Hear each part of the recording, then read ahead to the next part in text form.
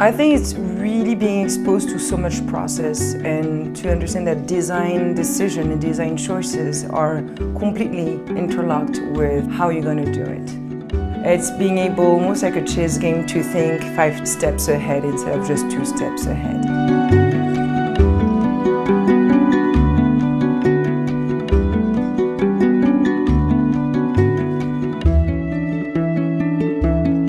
Making instruments was I daydreamed about it for too long to not do it.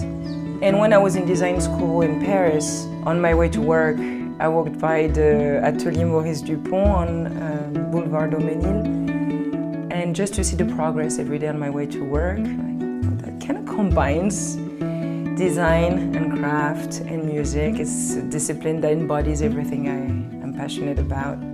I try to take risk in my work. Otherwise, I'm just gonna confirm what I already know, and I'm gonna get bored. So it's more fun if there's risk. If it's not scary, then it's not worth it. My teaching impacts my design work in the way that I'm in touch again with why I went to art school in the first place. It forces me to question the assumptions because of the questions I get from my students. Why is it like that? Well, actually, it doesn't have to be like that. My teaching days are like really a fountain of youth.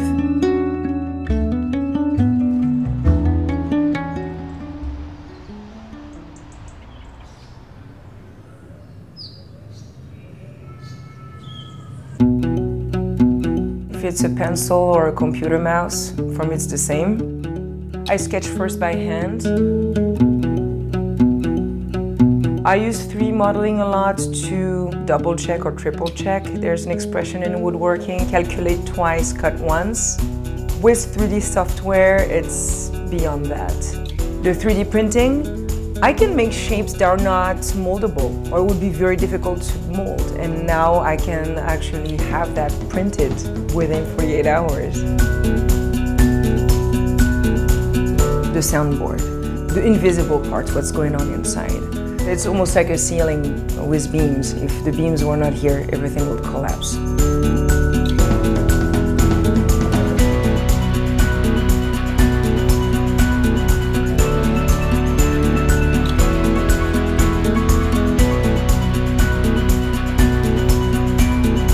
That part is not visible, but yet it's crucial, not only for the structure of the instrument, but for the quality of the sound. You can really shape the sound that way.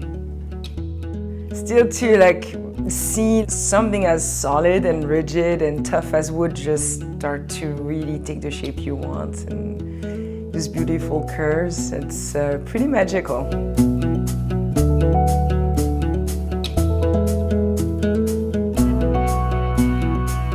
One problem can have more than one solution.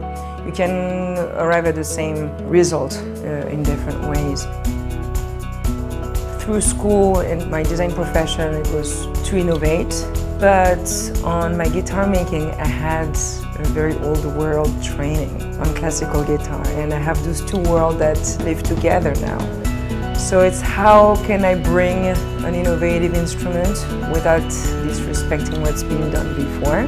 Because I don't want to claim to reinvent the wheel. A lot of people have been in my shoes before. I can definitely learn from them. I don't like to say that in design there are rules. I think there are principles. Then you can choose to use them or not, but be aware of them. So at least you know that what you do is deliberate.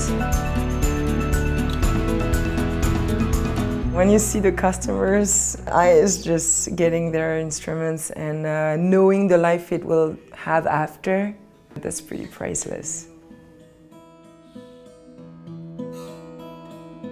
It's funny, in my previous discipline, when I was delivering a project, I never got a hug from a customer.